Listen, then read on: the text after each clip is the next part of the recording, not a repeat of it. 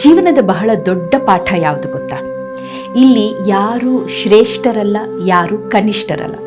ನಾವು ಮತ್ತೊಬ್ಬರನ್ನ ನೋಡ್ತಾ ಎಲ್ಲಿಯವರೆಗೆ ಅವ್ರ ಬಗ್ಗೆ ಜಡ್ಜ್ಮೆಂಟ್ಸನ್ನು ಪಾಸ್ ಮಾಡ್ತಾ ಇರ್ತೇವೆ.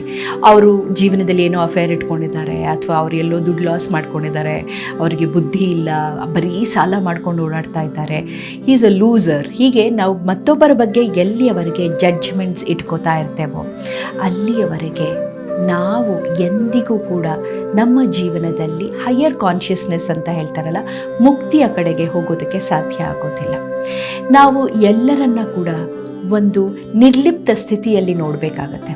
ಅವರ ಲೈಫಲ್ಲಿ ಏನಾಗ್ತಿದೆಯೋ ಆಗಲಿ, ಅದು ಯಾಕೆ ಆಗ್ತಾ ಇರಬಹುದು, ಇದರಿಂದ ನನ್ನ ಪಾಠ ಏನು ಅಂತ ನಾವು ಕಲ್ತ್ಕೊಳ್ಳೋದಕ್ಕೆ ಪ್ರಯತ್ನ ಪಟ್ಟಾಗ ಮಾತ್ರ ನಮ್ಮ ಜೀವನದಲ್ಲಿ ನಾವು ಮುಕ್ತಿಯ ಕಡೆ ಸಾಗೋದಕ್ಕೆ ಸಾಧ್ಯ.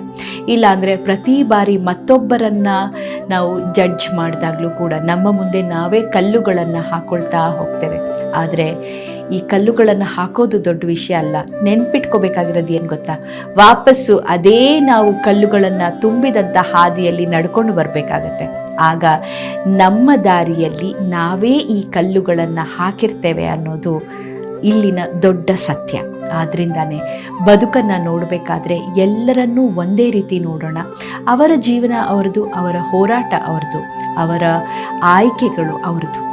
ನಮ್ಮ ಲೈಫಲ್ಲಿ ನಮಗೇನು ಬೇಕು ಅಷ್ಟನ್ನು ಮಾತ್ರ ನಾವು ಫೋಕಸ್ ಮಾಡಿದಾಗ ಮುಕ್ತಿಯ ಕಡೆ ಅಥವಾ ನೆಮ್ಮದಿಯ ಕಡೆ ನಾವು ಹೆಚ್ಚು ನಡೀತಾ ಇರ್ತೇವೆ.